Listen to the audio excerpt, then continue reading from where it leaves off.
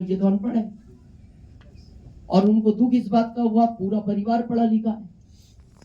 अब कहीं परिचय कराएंगे, किसी फंक्शन में जाएंगे, वो पूछेंगे ये इनकी क्या एजुकेशन है, तो उनको थोड़ा तकलीफ हुई।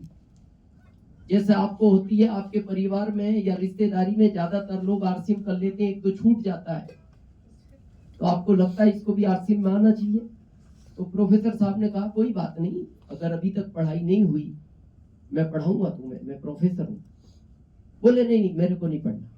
अरे बोले आप चिंता मत करो, रूम में बैठ के पढ़ेंगे, आपको शर्म भी नहीं आएगी, आपको लगता हो माता पिता देखे।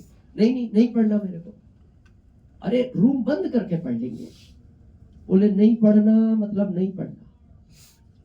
अब वो क्यों पढ़ाना चाहते थे? वो उसका भविष्य जानते थे। पत्नी क्यों नहीं पढ़ना चाहती थी? वो उसका भविष्य नहीं जानती थी। तो जब उन्होंने ज्यादा पढ़ाई की तो एक दिन पत्नी ने कहा मैं 5 दिन का भोजन इकट्ठा बनाऊंगी और 5 दिन तक भोजन नहीं बनाऊंगी, वो ही बासी खाना अगर दोबारा पढ़ाई का नाम लिया। तो जैसे कई बार आप भी बोलते हो ना अपने दोस्त को या रिश्तेदार को, अरे तू समझता नहीं यार, तू कर तो सही एक बार। अब जब आप ज्यादा करते हो तो फिर एक दिन वो भी कहता है दोबारा अगर आरसीएम का नाम लिया ना मैं फोन नहीं उठाऊंगा। तो आप क्या कहते हो, मैं अब वापस नाम नहीं लूंगा, तू फोन उठाना। तो उन्होंने भी उस दिन से पढ़ाई की बात बंद कर दी। पर अंदर एक भाव तो चल ही रहा था, ये पढ़नी चाहिए, परिवार में यही अनपढ़ है। आपका भी भाव चलता है यार, वो रिश्तेदार समझ ही नहीं रहा, आना चाहिए, वो भविष्य में तकलीफ होगी। लेकिन उन्होंने देखा जब विरोधाभास ज्यादा हुआ, फिर बात नहीं की। कुछ समय बाद उनके 2 जुड़वा बच्चे हुए। जब वो बच्चे 10 साल के हो गए, एक लड़का एक लड़की, तो एक दिन उन्होंने बच्चों को कहा बेटा एक बार तुम भी कोशिश करो, क्योंकि माँ बच्चों से अटैच होती है, प्यार भी करती है, हो सकता है तुम्हारा कहना मान ले। तो एक दिन बच्चों ने बैठ के कहा माँ तुम्हें नहीं लगता ऐसा कि हमारे परिवार में तुम्हारे अलावा सब पढ़े लिखे हैं, क्या तुम जानती हो ये बात? तो उस माँ ने कहा मैं तो ये भी जानती हूँ, ये बात तुम्हें बताई किसने?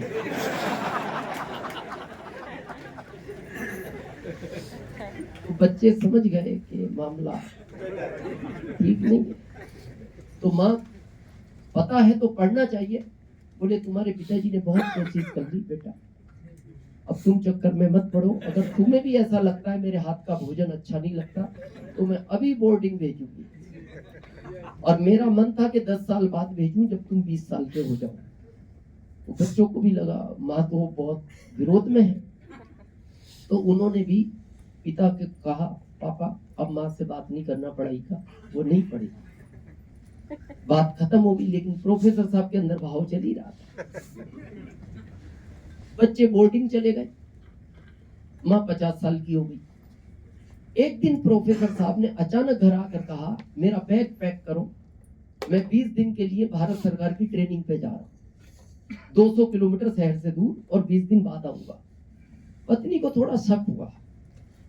पत्नी ने कहा आप 1 दिन के लिए भी बाहर जाते हो तो मेरे को 3 दिन पहले बताते हो, 20 दिन के लिए जा रहे हो अचानक बैग पैक करो।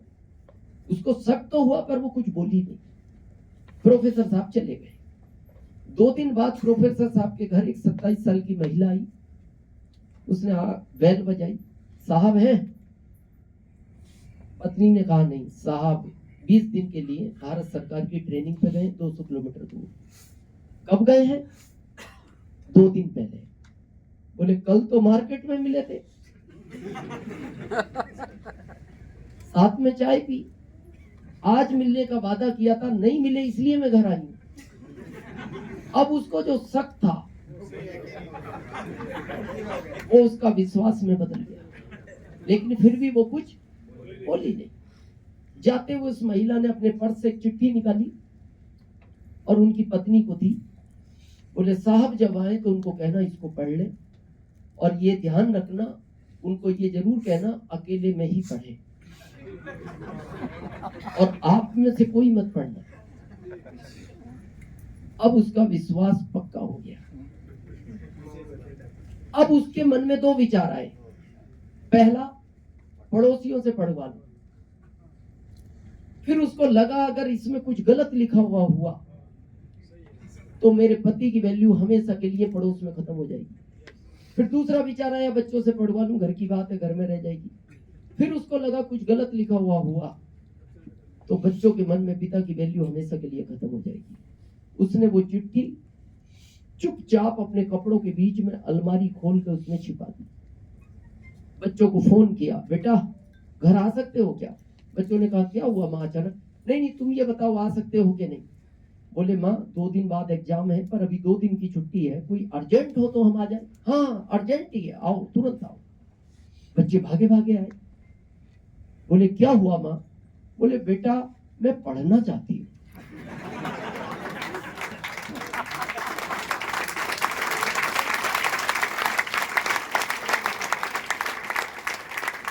उसका क्यों क्लियर था? क्यों क्लियर हो?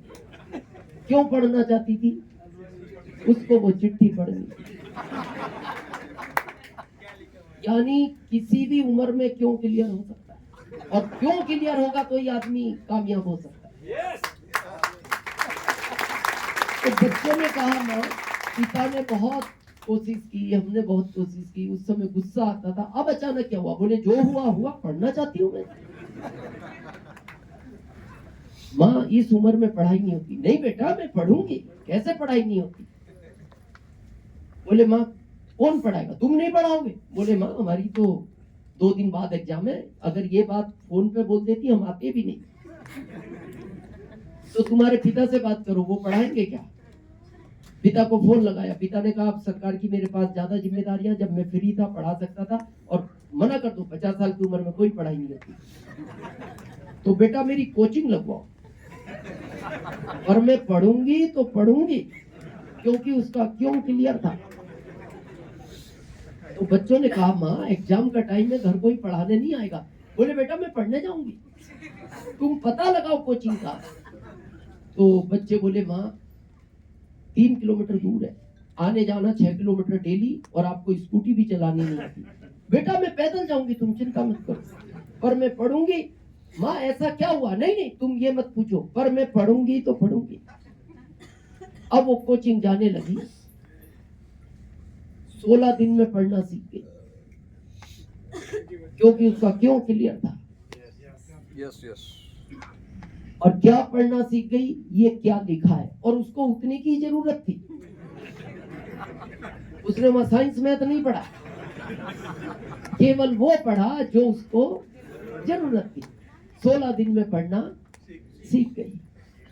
16वें दिन घर आई, अलमारी खोली, कपड़ों के बीच में से वो चिट्ठी निकाली, फिर उस चिट्ठी को खोला, और उस चिट्ठी में लिखा था ये सब नाटक तुम्हें पढ़ाने के लिए की गई।